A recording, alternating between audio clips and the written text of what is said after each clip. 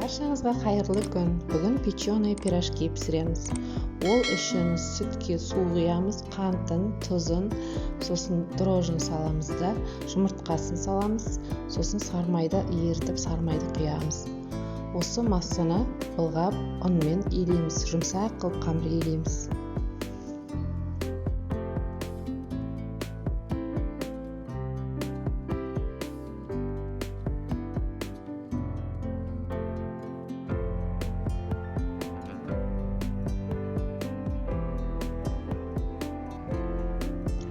Аралықта картошканы суға қайнатып пісіріп алдым.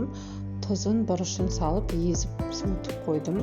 Содан кейін тестімізді шығарып, көтерілгеннен кейін 50-60 граммға таразыға өлшеп алып, формировать еттім.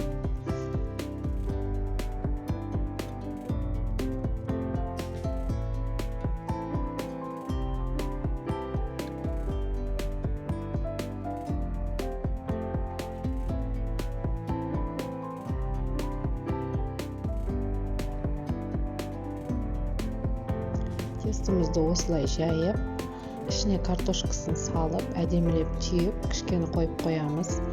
Кішкені 10 минут тұрғаннан кейін бетіне жұмыртқасын жағып, духовкаға пісіріп аламыз 20 минуттай.